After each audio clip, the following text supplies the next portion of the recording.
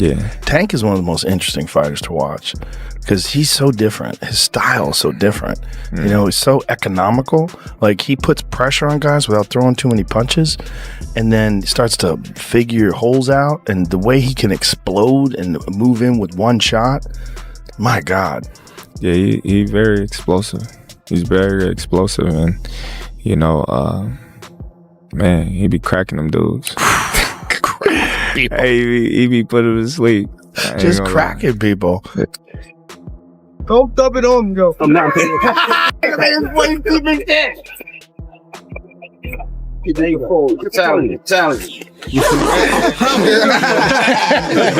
Well, you get this one, man. Ain't no jumping out. When Joe Rogan saw Gervonta Tank Davis's new bulked up physique ahead of the Jake Paul fight, you could almost hear that signature Rogan tone kick in half amazed, half scientific breakdown mode. I'm a giant Gervonta fan. I think that guy's so unusual. Yeah. His style's so unusual, and his like patience. Yes. Yeah. But he finds these openings and he sees them, but he doesn't go after them right away. He waits for the right time. He's so patient. Right. Like when you watch the early rounds of his fights, he's like at a world champions that are competing today at the highest level. He probably has the lowest punch count in the early rounds. Yeah. Because he just wait, but he also knows he's got that nuclear option that if he can crack you, most likely he's going to take you out. He's got massive confidence in that. On his podcast, Joe did not waste time sugarcoating it. He looked at Tank's latest training clips and said, dude looks like he has been forged in a powerlifting lab, and he is not wrong. Tank's shoulders are popping, trapped, sitting high, like a bull ready to charge in that frame. Is way thicker than what we saw before. Ryan Garcia Rogan started dissecting it the way only he can, talking about how the extra mass could change Tank's explosiveness, how his punch velocity and hip torque might actually go up instead of slowing down.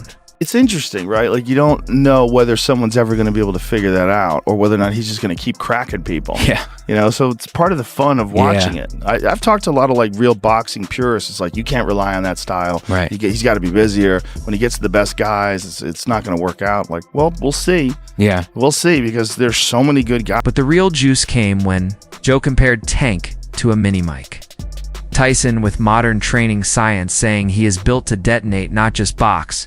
He even threw a playful jab at Jake Paul, saying if Jake thinks this version of Tank is coming in for a points win, he is out of his mind. That dude is coming to end it early, you could tell. Rogan respects the grind. He loves seeing a fighter evolve, in this version of Gervonta Davis. This looks like evolution on steroids, not literally, but in the way a fighter reinvents himself to prove a point. Joe summed it up perfectly. This is not Tank Davis's version 2. This is Tank Davis unleashed. You know, he got the skills, the power, he got that ring IQ to do good, but we haven't seen that yet. Yeah, he's also wild. He's a wild fella, so he's fun to watch. You know, he's just a crazy dude. You know? Yeah, coming from Baltimore, man, I think that's just his upbringing as well. You know, product of his own environment. Yes, for sure. He's just so unique in his approach. Like, you know, he doesn't fight like anybody else. All right, so after we saw Joe Rogan nerd out on Tank's new bulk and basically crown him a mini Mike Tyson on steroids, we pivot over to Wade Plemons. Breakdown and things get even juicier. You can tell these guys are not just flexing. For the camera, they are building a blueprint. I mean, Calvin Ford is in the corner like a mad scientist with a clipboard dissecting Jake Paul's every quirk, every "oh, that might hurt me" moment. We are not talking about some casual sparring. This is Tank sharpening the saw, plotting angles, and getting his mind locked into a space where the only outcome is dominance. Least serious you take Jake, and I've said this about everybody that's fought him, the ones that don't take him serious, the ones that say he's a YouTuber and everything else, they end up losing, or they end up looking like, oh, wait a second, this guy was a little better than I thought. They end up either getting taken by surprise or actually sometimes losing because they don't realize that Jake actually takes it serious. So this is good to hear. Just already right off the rip, they were already doing something. Surprise. So tell me, when did you hear about this? They've been going back and forth for years, Tank and Jake. They've been going at it for years, and it would have happened sooner, you know what I'm saying? But we had hiccups in life. And listen when I say Tank is targeting the body relentlessly. I am not just talking cardio punishment. I am talking about carving Jake down like a Thanksgiving turkey, making sure every step forward feels like walking through molasses. Now here is where it gets savage. You look at this footage and you realize Tank is not just bigger, stronger, and faster, he is smarter. Ford's coaching is not about letting Tank throw wild bombs. It is a chess match. How do I make a 60 pounds monster pay? For every inch of reach, he thinks he owns scenario. Guy that's targeting the body. And it's the best thing that Tank could do for this fight. I mean, trying to go headshot for headshot with Jake Paul when he's probably, Jake's 7 inches taller than he is. I'm assuming he's going to have a bit of a reach, even though Tank has a kind of freakish reach for his height. I don't think that's a great idea. And again, you're at eye level with Jake's belly button damn near. So you're going to have to be able to land shots right there on the waistline. And it's probably the best idea if you actually want to knock Jake out in this fight, if you actually want a game plan, because again, it's an exhibition, but if you want a game plan to get him out of there, you have to attack. I can see it now, Tank's volume punches snapping off the body, Jake's hands dropping, and suddenly we are talking late round fatigue and opportunity, knocking you and I both know, if Tank lands clean like this, it will not just slow Jake down, it will flip the script on the whole fight. And the funniest part, everyone's talking exhibition circus, but these clips tell me Tank is treating it like a world title defense, because when Calvin Ford is in your corner, fear is just another tool.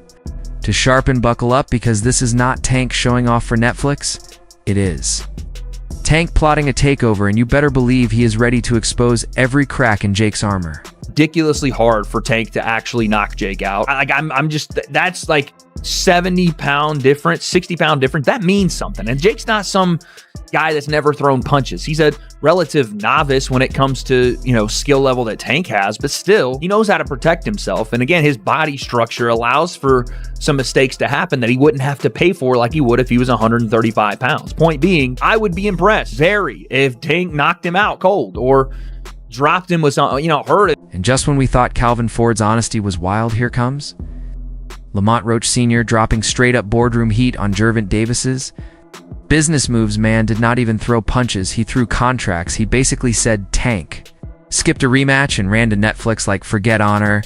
I am chasing algorithms, and honestly, I cannot even lie this. Jake Paul fight feels like boxing took a left turn into a YouTube thumbnail. Like imagine explaining this to an old school fan.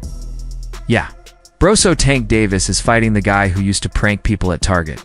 It's not good. It's not good for the sport. A lot of people say, oh, money this and money that, but you got to do business the right way. You know what I'm saying? You got guys on that other side, especially fighters, that take time out of their life, train, get their coaches and sparring partners. They go different places, travel their best a lot of times in their career.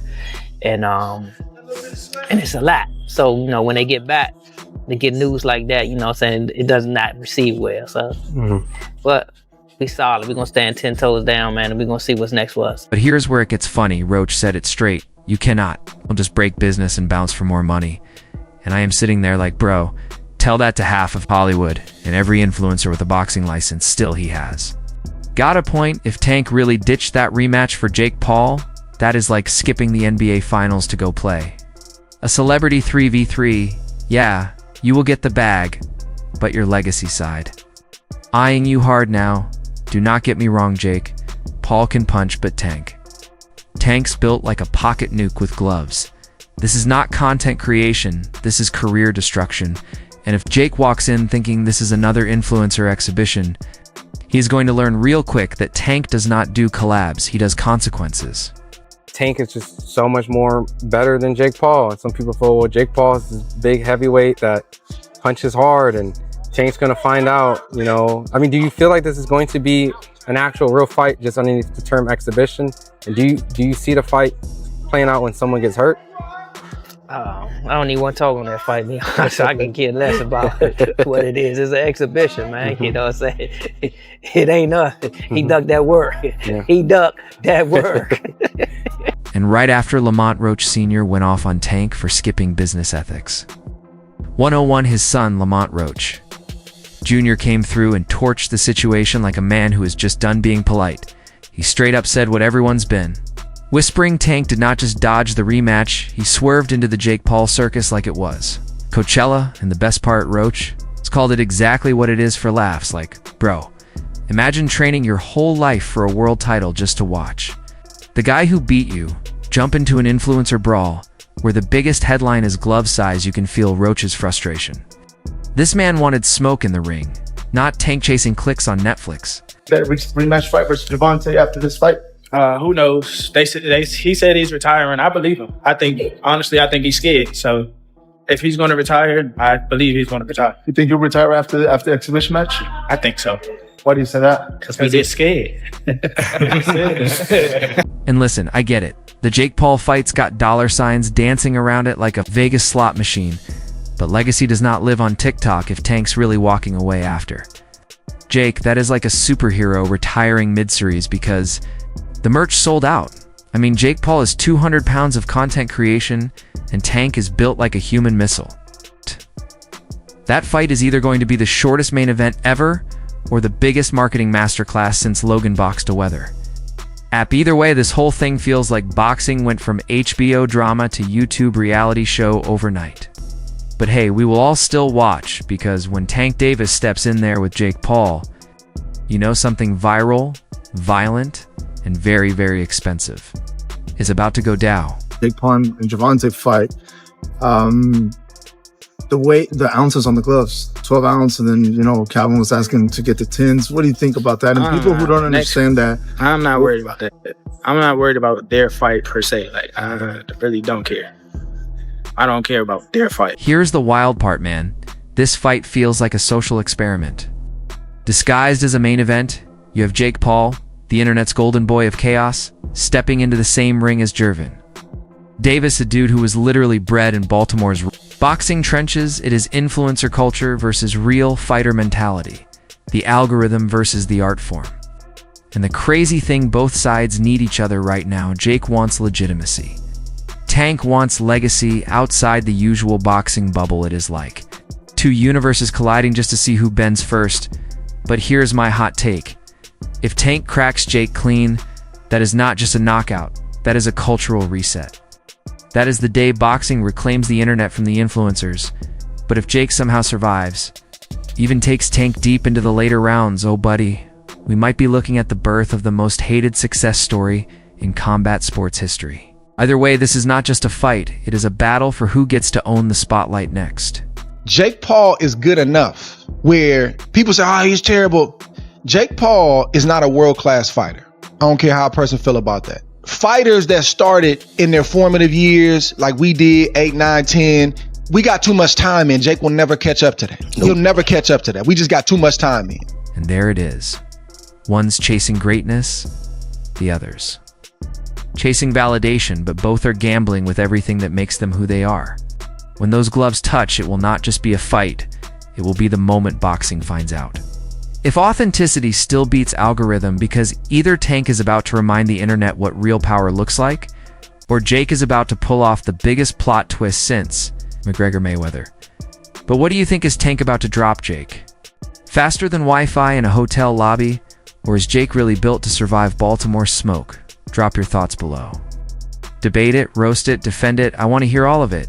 And don't ever forget to like, share, and subscribe to Boxing Headquarters, the home of real talk, wild takes, and zero filters. See you in the next one.